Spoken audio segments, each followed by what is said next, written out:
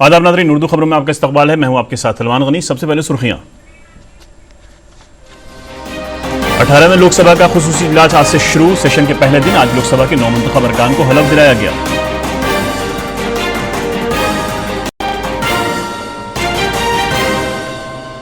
Governor Rajendra Vishwanath Arlekar Muzaffarpur में मुनक़िद Bharat 2047 programme में शामिल हुए।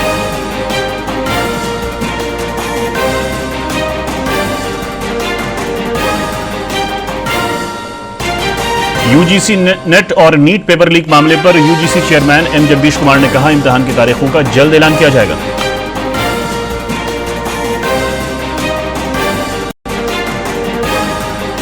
और दरभंगा में कोसी और कमला बलान नदियों की आबी सतह में इजाफे से चिचरी पुल टूटा।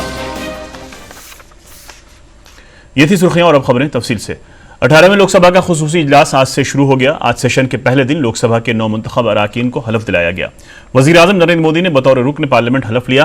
राधा मोहन सिंह, ललन सिंह, जीतन राम मांझी, चिराग पासवान और गिरिराज सिंह समेत बिहार के कई वज़रा ने हलफ लिया। जो लोकसभा का सदस्य निर्वाचित हुआ हूं, ईश्वर की शपथ लेता हूं कि मैं विधि द्वारा स्थापित भारत के संविधान के प्रति सच्ची श्रद्धा और निष्ठा रखूंगा। मैं भारत की प्रभुता और अखंडता अक्षुण्ण रखूंगा तथा जिस पद को मैं ग्रहण करने वाला हूं उसके कर्तव्यों का श्रद्धापूर्वक निर्वहन करूंगा। मुजफ्फरपुर के L N Mishra college of business management के बानी डॉक्टर जगन्नाथ मिश्र के 87वें यौम पैदाइश के मौके पर भारत 2047 प्रोग्राम में गवर्नर राजेंद्र विश्वनाथ आर्लेकर शामिल हुए। कॉलेज में बिहार पुलिस के जवानों ने गवर्नर को गार्ड ऑफ ऑनर दिया। गवर्नर ने कॉलेज अहाते में नौ तामीर लाइब्रेरी की इमारत का इफ्तिताह किया। मौके पर सियाहत और सनत के रियासती वजीर नीतीश मिश्र, MLC प्रोफेसर संजय कुमार सिंह समेत दीगर मुअज़्ज़ज़ अफराद शामिल हुए, जबकि BRA बिहार यूनिवर्सिटी के वाइस चांसलर प्रोफेसर DC राय ने प्रोग्राम की सदारत की। बिजनेस मैनेजमेंट मुजफ्फरपुर के स्थापना दिवस पर आयोजित इस कार्यक्रम में हम सभी सम्मिलित हुए हैं। जैसे कि हम सबको बताया गया, मेरे पूर्व वक्ताओं ने भी, और हम सब जानते हैं कि डॉक्टर जगन्नाथ मिश्र जो बिहार के पूर्व मुख्यमंत्री, 2-3 बार मुख्यमंत्री रह चुके हैं, उनका नाम मैं बचपन से सुनता आया हूँ।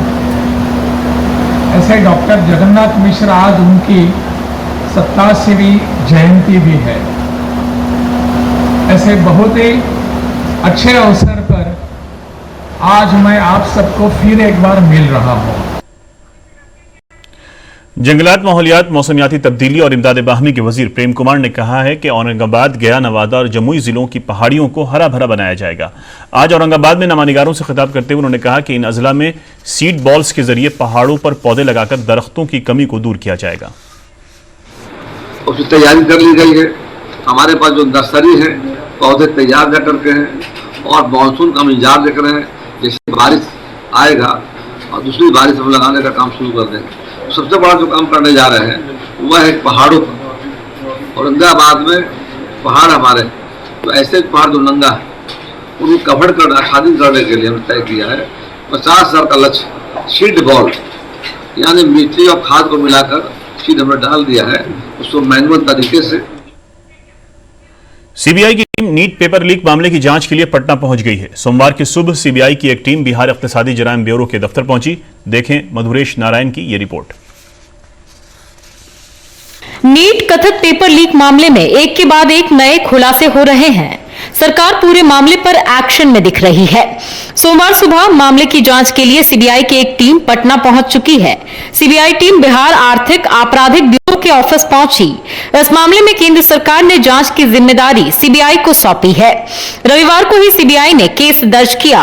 जांच के लिए 2 खास टीमों का गठन किया है, जिसमें एक टीम बिहार की राजधानी पटना में है इस दौरान लोगों को पूछताछ के लिए बुलाया गया था, जिसमें एक आरोपित सोनू कुमार के पिता से पूछताछ भी की गई। आजकल चल रहा है पेपर लीक या जो भी, इसमें पूछने के लिए बुलाया गया था और कुछ नहीं, इससे ज्यादा मेरे को कुछ पता ही नहीं।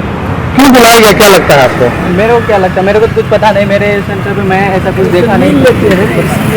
मामले में सीबीआई ने बिहार आर्थिक आपराधिक ब्यूरो से पेपर लीक से संबंधित कागजात मांगे हैं।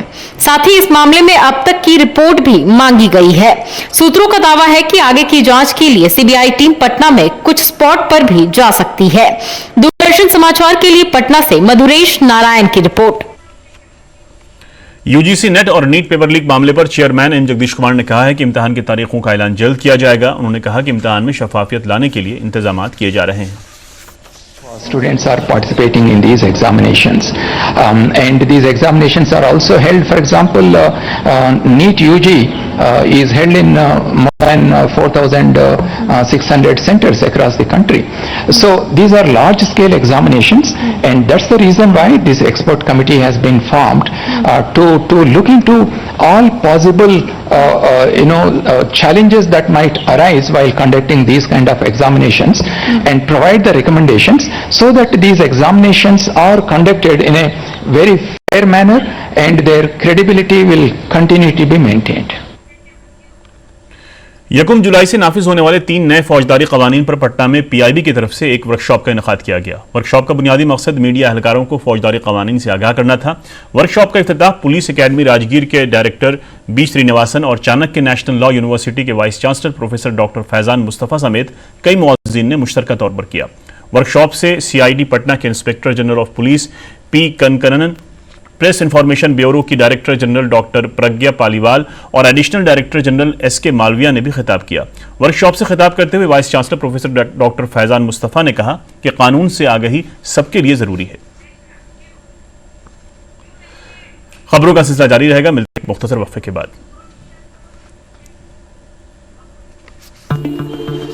Sir 50,000 advance. और इतना कैश तो हम नहीं लाए। और आज बैंक भी बंद है। इलाज है डिजिटल पेमेंट का आसान सा ढूंढ। लेकिन अरे घबराइए मत, सावधानी के साथ करेंगे तो कोई साइड इफेक्ट भी नहीं होगा।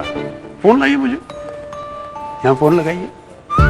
डिजिटल पेमेंट से लेन देन हो सकता है, आसान, सुरक्षित और तेज।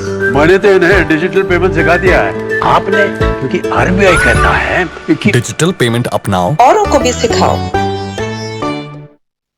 खबरों में एक दफा फिर आपका खैर मकदम है। पटना जंक्शन के प्लेटफॉर्म नंबर 1 पर सेमिनार हॉल में ऑपरेशन मुस्कान प्रोग्राम मुनक़िद किया गया। प्रोग्राम में रेल पुलिस की जानिब से 149 मुसाफिरों के गुम हुए मोबाइल बरामद किए गए। रेल एसपी अमृतेंदु शेखर ठाकुर की सदारत में ये मोबाइल मुसाफिरों को लौटाए गए। रेल पुलिस पटना द्वारा लौटाया गया है। अभी पिछले माह का जो मई माह का है, उसमें हम लोगों ने 149 मोबाइल आज वितरित कर रहे हैं। लगभग 22,35,000 रुपये मूल्य है। और जो अभी तक रेल पुलिस पटना द्वारा मोबाइल लौटाया गया 1587 मोबाइल, उसमें 2,38,05,000 मूल्य के मोबाइल लौटाए गए हैं धारक के। इसमें मुख्य रूप से जो स्टेशन है पटना जंक्शन, राजेंद्र नगर। दरभंगा में कोसी और कमला बलान नदियों के पानी की सतह बढ़ने से कुशेश्वर के मकाम पर सैलाब का खतरा है। ज्यादा बारिश के सबब चिचड़ी पुल को नुकसान पहुंचा है, जिसकी वजह से सैलाब का पानी कई गांव में दाखिल हो गया है।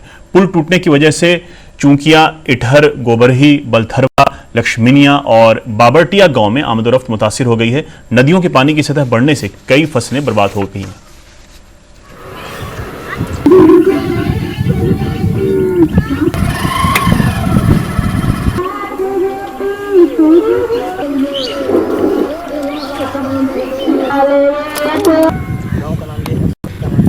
यहाँ पे फसल तो सभी हमको दहा गया, जो भी मुँह भी हुआ वो भी दहा गया।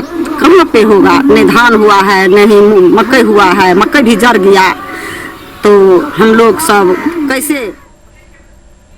कोसी, सीमांचल और मिथिलांचल का मखाना मुल्क और बैरून ममालिक में मशहूर हो रहा है। यहाँ के किसान रवायती गंदम और धान की खेती छोड़कर मखाना की काश्त की तरफ बढ़ रहे हैं, जिससे उन्हें अच्छा मुनाफा हो रहा है। देखिए सहरसा से आनंद झा की ये रिपोर्ट।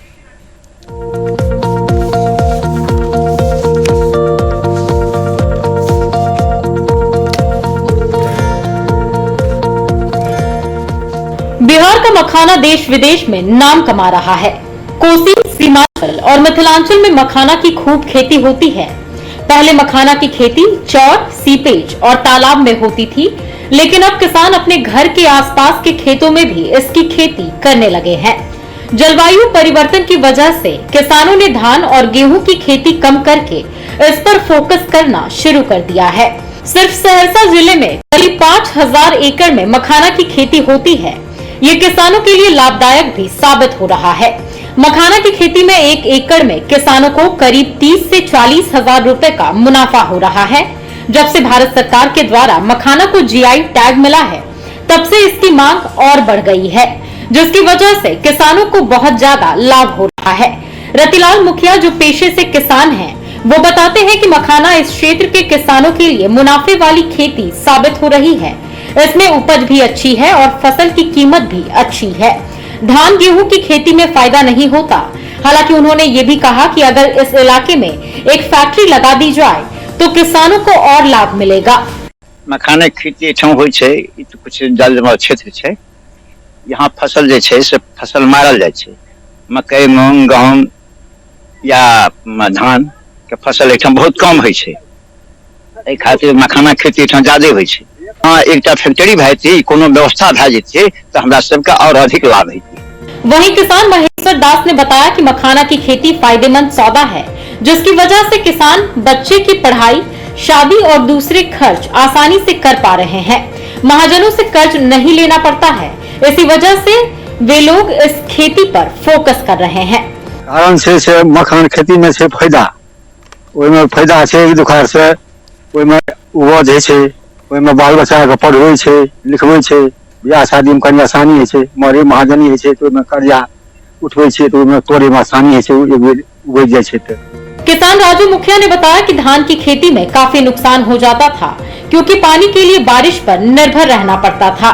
लेकिन जब से मखाना की खेती शुरू की है, तब से लाभ में है। पहले धाना खेती होत रहे ने, तो धाना खेती में बड़ लॉस होत रहे।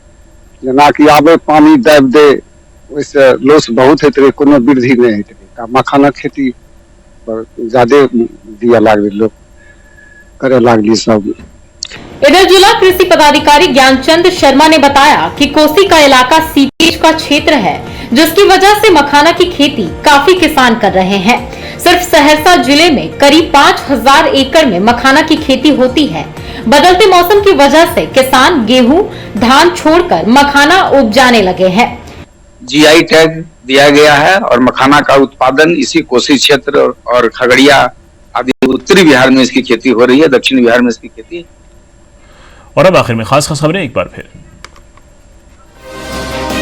18वें लोकसभा का खुसूसी इजलास आज से शुरू। सेशन के पहले दिन आज लोकसभा के 9 मुंतखब अरकान को हलफ दिलाया गया।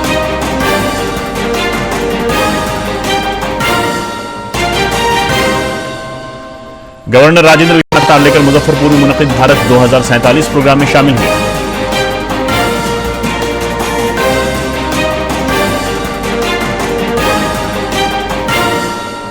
यूजीसी नेट और नीट पेपर लीक मामले पर UGC chairman M Jagdish Kumar ने कहा, इम्तिहान की तारीखों का जल्द ऐलान किया जाएगा।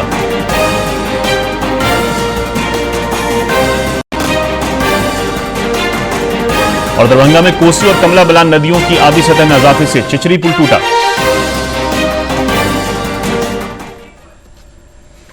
इसके साथ ही उर्दू खबरों का यह बुलेटिन यहीं खत्म हुआ।